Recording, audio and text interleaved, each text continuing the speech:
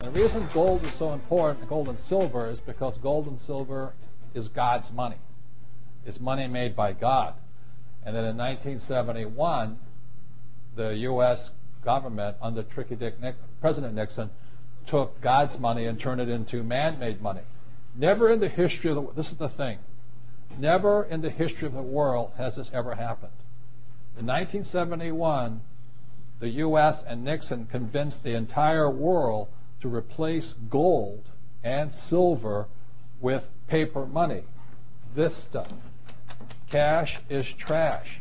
So the reason we have so much volatility in the world today is historically, since the time of the Romans and the Greeks and the French and the English and the Germans, every time they have taken God's money, like silver here, and replaced it with man-made money, there's been economic volatility.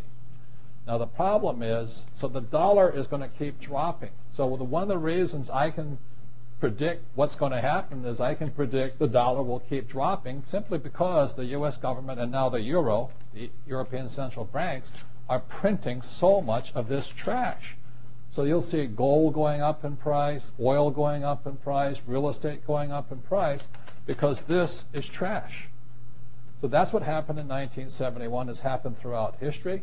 And the reason this current election doesn't make any difference is the only person that can put this back in place is a strong, charismatic leader. People like Julius Caesar, Napoleon. That's why they were such great leaders, was they actually replaced this with this.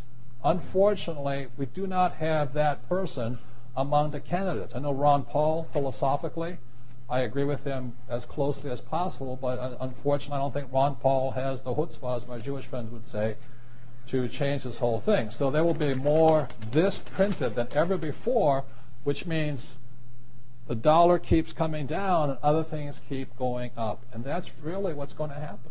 It's predictable. And eventually this will go to its true worth, zero. So all of you savers out there and people trying to save this trash, you're going to lose big time. To me, I've been saying this for a number of years now, silver is the biggest opportunity I have ever seen, bigger than real estate, bigger than anything else. And silver, as we're talking today, 2008, is about $15 an ounce. Mm-hmm. There's less than 10-year supply worth of silver on planet Earth. The difference between gold and silver is gold is hoarded, silver is consumed. Silver is an industrial precious metal. It is used in cell phones, telephones, computers, electric lights, everywhere. The more information age we become, the more we use silver.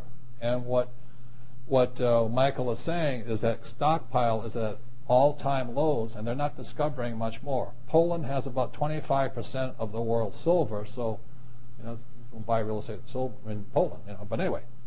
So when people say, Mexico too. Yeah, where am I investing? I say, I'm investing in the world. I say, what do you mean by that? It says, I'm investing in a metal that is consumed throughout the world.